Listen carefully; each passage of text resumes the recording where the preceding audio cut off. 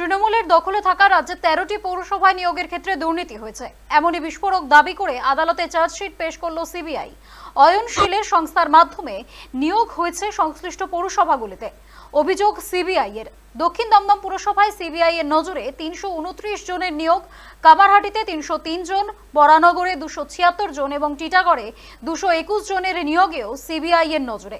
এছাড়াও কাছড়াপাড়া, বাদুরিয়া, হালিশহর, নিউ ব্যারাকপুর, দমদম পুরসভায় ভুরি ভুরি বেআইনি চাকরির অভিযোগ। কৃষ্ণনগর, রানাঘাট, নবদ্বীপ, বীরনগর বেআইনিভাবে নিয়োগের অভিযোগের তদন্ত সিবিআই এর। কামারহাটি পৌরসভার সমস্ত নিয়ম মেনেই নিয়োগ প্রক্রিয়া চলেছে, কোনো রকম দুর্নীতি হয়নি বলে দাবি কামারহাটি পৌরসভার পুরপ্রধান গোপাল সাহার।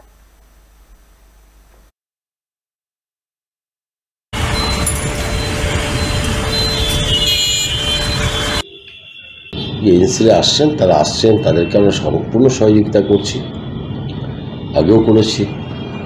তো সেই কারণেই আমরা বলতে পারি যে আমরা কোনো দুর্নীতি করিনি, আমরা কোনো বেআইনি কাজ করিনি। আমাদের এখানে যেভাবে নিয়োগ হয়েছে সেটা সরকারের নিয়ম মেনে সে মতো আমরা করেছি। তো তারপরে যদি আমাকে কোনো ডাকে বা আমাদের কাউকে ডাকে, আমরা নিশ্চয়ই যাব।